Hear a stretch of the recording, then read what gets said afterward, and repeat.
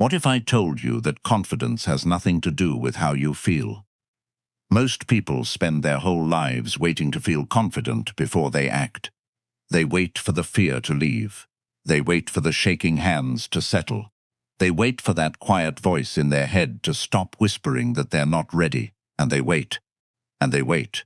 And somewhere along the way, without ever noticing it happen, waiting becomes a way of life. Here's the problem. That voice never fully leaves. Not for you, not for me, not for anyone who has ever done anything worth doing. I've sat across from men who built empires with their bare hands.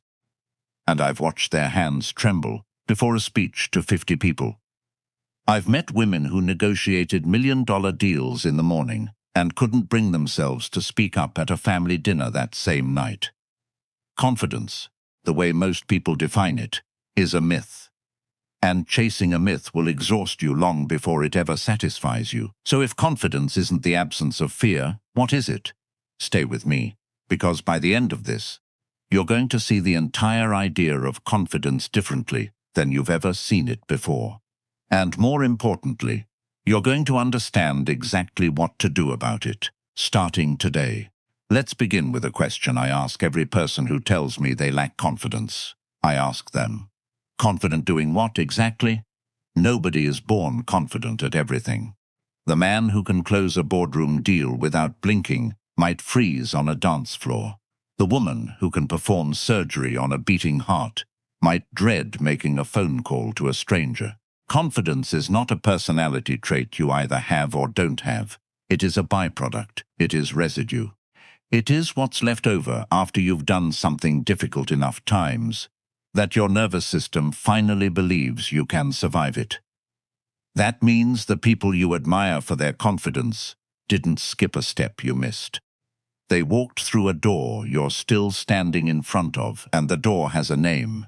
It's called competence, built through repetition, under pressure, without the safety of guarantees. This is going to matter more than you think, because the moment you understand this, you stop asking the wrong question. You stop asking, how do I become confident? And you start asking a much better question. What am I willing to do badly, in public, over and over, until I get good at it? That question changes everything. But it also scares most people away, because it means confidence isn't something you download. It's something you earn, the hard way, one uncomfortable rep at a time. Now, here's why this matters today more than ever. We live in a strange time.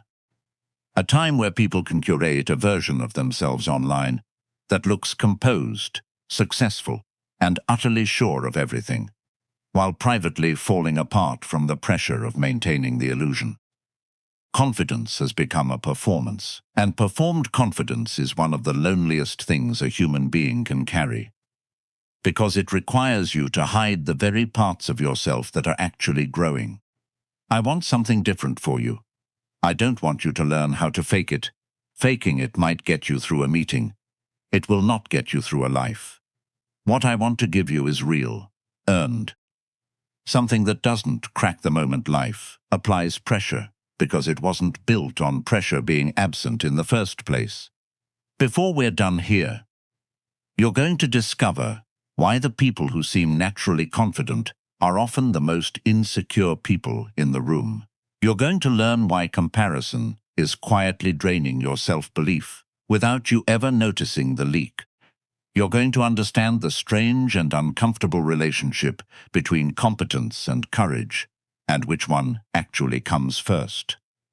And you're going to hear a story about a man who lost everything twice, and what he did the third time that changed the way an entire generation thought about failure. Stick with me. Because the version of you sitting here right now, uncertain, doubting, maybe even a little tired of feeling like everyone else got a manual you never received, that version of you is closer to real confidence than you realize. You just don't know it yet. Let's start with the first lie almost everyone believes. The lie says confidence comes first, and action comes second. Get confident, then take the leap. Believe in yourself, then go for the promotion. Feel ready, then start the business. It's backwards, completely backwards. And believing it backwards is the single biggest reason so many talented, capable people stay frozen for years, sometimes decades, waiting for a feeling that was never going to arrive on its own. Let me tell you about a young man I knew early in my life. 19 years old, working a job that paid him just enough to survive, and not $1 more. He had ambition, he had ideas. What he didn't have was the nerve to open his mouth in a room full of people smarter and older than him. He told himself, "Once I know more, once I've accomplished something, then I'll speak up." So he waited. He waited through his 20s. He watched men with half his understanding stand up in meetings and take credit for thoughts he'd had first, sitting silently in the back row. One day, an older mentor pulled him aside and said something that cracked his whole worldview open. He said, "You think confidence is a prerequisite. It's not. It's a byproduct. You don't wait for the roar before you walk into the arena. You walk in shaking, and the roar comes later, if it comes at all. Some days it never comes. You go anyway." That young man went home that night and did something small, almost embarrassingly small. He raised his hand in the next meeting and said one sentence. His voice cracked, his hands were damp. Nobody applauded. Nothing dramatic happened, but something shifted inside him that no outside validation could have given him. He had proven, to the only person who needed proof, that he could act without feeling ready. That's the moment real confidence begins. Not when the fear disappears, the moment you act while the fear is still standing right next to you. But here's where things become interesting, because this creates a new problem almost nobody warns you about. Once you start acting before you feel ready, you're going to fail. Not might, will. And failure has a way of whispering the cruelest lie of all, that your fear was right all along, that you should have waited, that you weren't cut out for this. I want to tell you about a man who failed so completely, so publicly, that most people in his position would have quietly given up and spent the rest of their lives explaining why it wasn't meant to be. He built a company from nothing, poured a decade of his life into it, watched it collapse under the weight of a market crash that had nothing to do with his effort or his talent. He lost the company. He lost most of his savings. Reporters wrote about his failure like it was entertainment. He rebuilt, slower this time, more carefully, and the second company failed too, for entirely different reasons this time. A partner betrayed him. Contracts fell apart. He was in his 40s by then, twice humbled by an industry that seemed to specialize in humbling him. Most people stop here. 2 failures of that magnitude would convince almost anyone that the universe was sending a clear message. And that's exactly why most people never succeed at the thing that was meant for them. They mistake a temporary result for a permanent verdict on their worth. He started a third time. Not because he suddenly felt confident. He didn't. He started a third time because he had learned something the first 2 failures couldn't teach him without both of them happening first. He had learned exactly what didn't work, in specific, granular, expensive detail. His confidence wasn't blind optimism.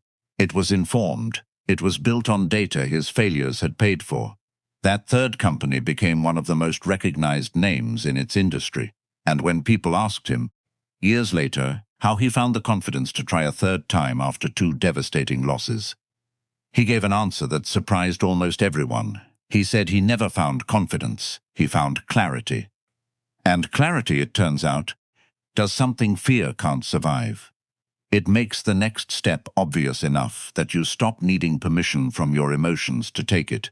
This is the part almost nobody tells you about confidence. It is not the opposite of fear. It is what happens when clarity gets loud enough to drown fear out, even temporarily, even imperfectly, just long enough for you to move. Now let's talk about something that quietly destroys more confidence than failure ever does. And it's not what you think, it's comparison. Here's what almost nobody notices about comparison. It doesn't just make you feel behind. It rewires what you believe is even possible for you. And once your belief about what's possible shrinks, your effort shrinks to match it. and then the results shrink to match the effort. And then you look at the small results and think, see, I told you I wasn't capable. The whole cycle becomes a self-fulfilling prophecy, and it started with nothing more than a glance at someone else's highlight reel.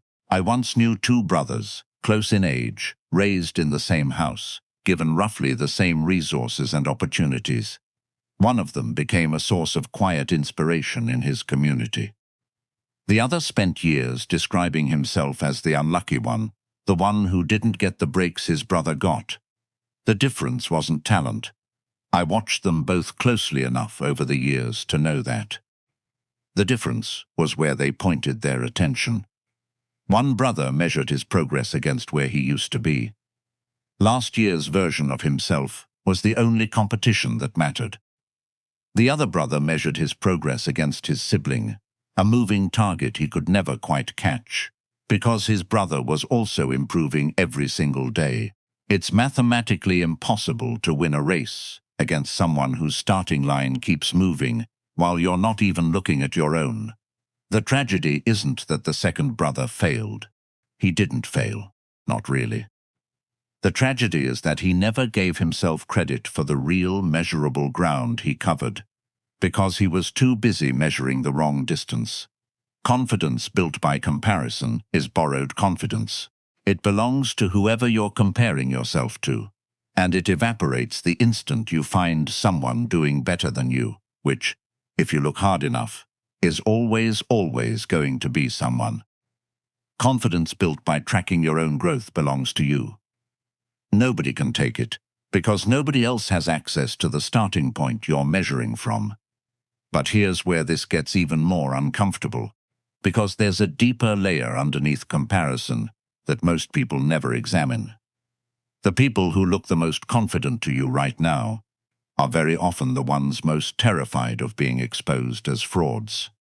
There's a strange psychological pattern that shows up again and again in people who reach high levels of achievement. The higher they climb, the more convinced they become that they somehow tricked everyone into believing they belong there.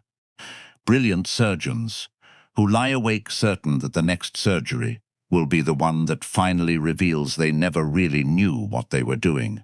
Executives running massive organizations who feel a jolt of dread every time someone praises them, certain the praise is one discovery away from being retracted. This isn't rare, this is common.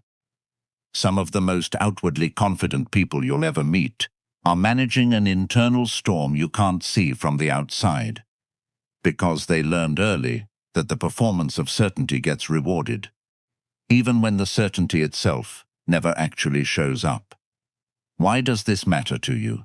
Because it means the standard you've been measuring yourself against, the seemingly bulletproof confidence you see in others, is very often an illusion built by someone just as scared as you, who simply learned to move despite the fear before you did. That should be a relief, not a discouragement. You're not behind some imaginary group of people who have it figured out. You're in the same room as everyone else, and most of that room is quietly terrified too. Before we get to that, I want to address something else, because if I don't, you might walk away from this with the wrong idea entirely. There's a version of confidence that isn't confidence at all. It's armor. And it's worth learning to spot the difference, because one of them will serve you for the rest of your life, and the other one will eventually collapse on top of you. I once watched a young salesman walk into a room like he owned it. Loud voice. Firm handshake held 2 seconds too long. He talked over people. He filled every silence, like silence itself was a threat to be neutralized. From a distance, you might have called him the most confident man in the building. He wasn't confident. He was performing safety, because somewhere along the way he'd learned that if he stopped talking, if he let a silence sit for even a moment, someone might notice how unsure he actually was underneath all that volume. That kind of behavior isn't confidence. It's a defense system built to keep people from getting close enough to see what's really there. Real confidence is quiet, in a way that surprises people who've only ever seen the loud version. It doesn't need to fill every silence. because it isn't afraid of what the silence might reveal. It doesn't need to win every conversation, because its sense of worth was never riding on the outcome of that conversation in the first place. The most genuinely self-assured people I've known were often the calmest people in the room, not because they had nothing to prove, but because they'd already proven it to the only audience that mattered, which was themselves. Here's how you tell the two apart in your own life, and this is uncomfortable, but it's worth asking. Does your sense of capability depend on being seen a certain way by other people? If you took away the audience, if nobody was watching, would you still believe you could do the hard thing? Armor needs an audience. It was built for one. Earned confidence doesn't perform because it isn't trying to convince anyone of anything. It already knows. This distinction matters because a lot of people chase the wrong target. They study how to appear more confident, how to stand, how to modulate their voice, how to walk into a room with the right posture, and none of it is useless exactly, but all of it is downstream of something that has to be built first. You can borrow the costume of confidence for a while. Eventually, life will ask you a question the costume can't answer, and what's underneath it is the only thing that will actually get you through. So if fear doesn't disappear, and confidence isn't a feeling you wait for, and comparison is stealing more than it's giving you, and armor isn't the same thing as the real article, what actually builds the real thing? Here's where things get practical, and here's where most advice about confidence completely falls apart, because most advice stops at motivation. Motivation is a spark. It burns bright and it burns fast and it is gone by Wednesday. What you need isn't a spark. What you need is a structure. The structure is simple to describe and difficult to live, which is exactly why so few people actually build it. It has 3 parts. The first part is small, provable action, not a leap. A step, something small enough that failing at it wouldn't devastate you, but real enough that succeeding at it would count as evidence. The mistake almost everyone makes is choosing a goal so large that the fear of it paralyzes them before they even begin. Confidence isn't built by attempting the impossible. It's built by repeatedly proving to yourself that you do what you say you'll do, even when what you say you'll do is small. The second part is honest reflection. After the action, you have to actually look at what happened, without exaggerating the failure and without dismissing the win. Most people do one or the other. They either bury a small success under a mountain of self-criticism about how it wasn't good enough, or they wave away every setback as somebody else's fault. Both habits rob you of the one thing that actually builds a self-trusting mind, which is an accurate record of your own capability. The third part is repetition under slightly increasing difficulty. This is the part almost nobody has the patience for, because it's boring. It doesn't feel dramatic. There's no lightning bolt moment. There's just a person showing up, doing something slightly harder than yesterday, and slightly harder than the day before that, until one day they look back and realize the version of them from 6 months ago would have been terrified of what they now do without a second thought. I think of confidence like calluses. Nobody is born with tough hands. You get them from friction, applied consistently, over time, in the exact spot where the friction used to hurt. The first time you grip a shovel for hours of hard labor, your palms blister. If you quit, the blister just heals and you're back where you started. But if you keep gripping that shovel day after day, something remarkable happens. The skin thickens. The same friction that used to wound you stops even registering as pain. Fear works exactly the same way. The first time you speak in public, it might feel unbearable.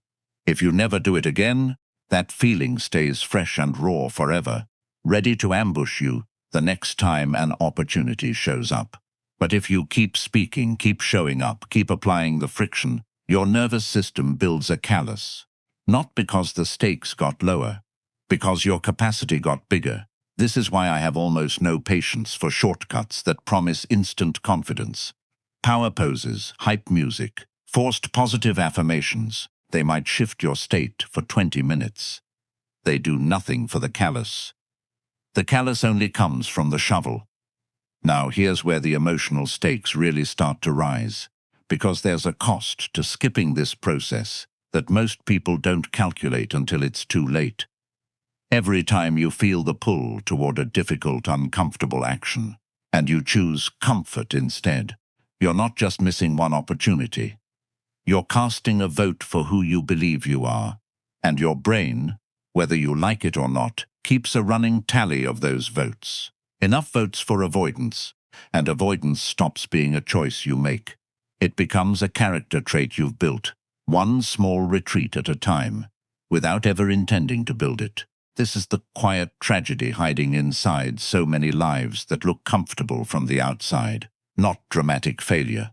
Just 1,000 small retreats, each one reasonable in the moment, that compound into a person who no longer recognizes the bold, curious, willing version of themselves that used to exist before the retreats began. But here's the hopeful mirror image of that same truth. Every time you feel that same pull toward discomfort, and you choose the harder path anyway, even in some small, unremarkable way, nobody else will ever notice. You're casting a vote for a different person, and those votes compound too.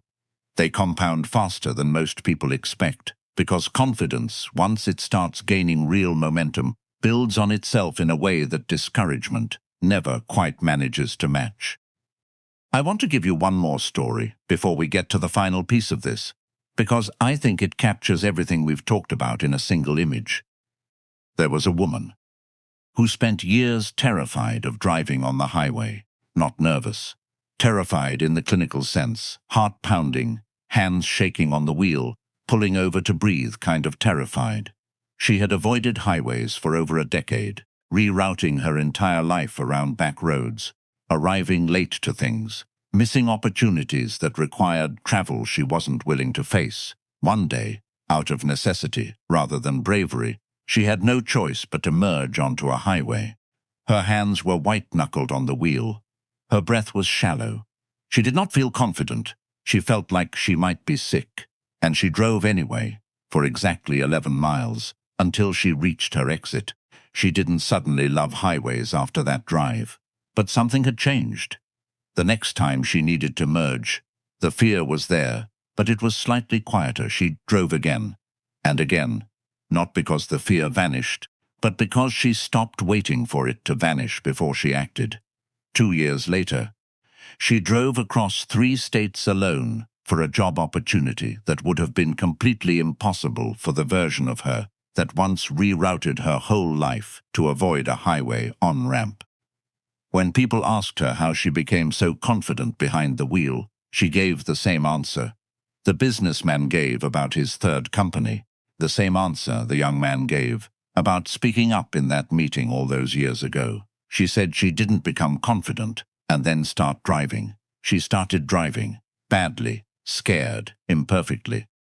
And the confidence showed up later, uninvited, as a guest who only comes once you've already opened the door. This is the pattern. It repeats in every domain of human life, whether we're talking about a highway on-ramp, a boardroom, a stage, a difficult conversation with someone you love, or a business you've been too afraid to start. The order is always the same. Action first, reflection second, repetition third. Confidence, if it arrives at all, arrives last, and it arrives as a side effect, not as a prerequisite. Now here's the insight I've saved until now, because I wanted you to have everything else in place before I gave it to you. The goal was never to eliminate fear. I need you to really sit with that, because it undoes almost everything our culture has taught you to chase. You have spent years, maybe your whole life, believing that the end state you're working toward is a version of yourself who simply doesn't feel afraid anymore. That version doesn't exist. I have never met them, not once, in all my years of studying people who accomplish extraordinary things.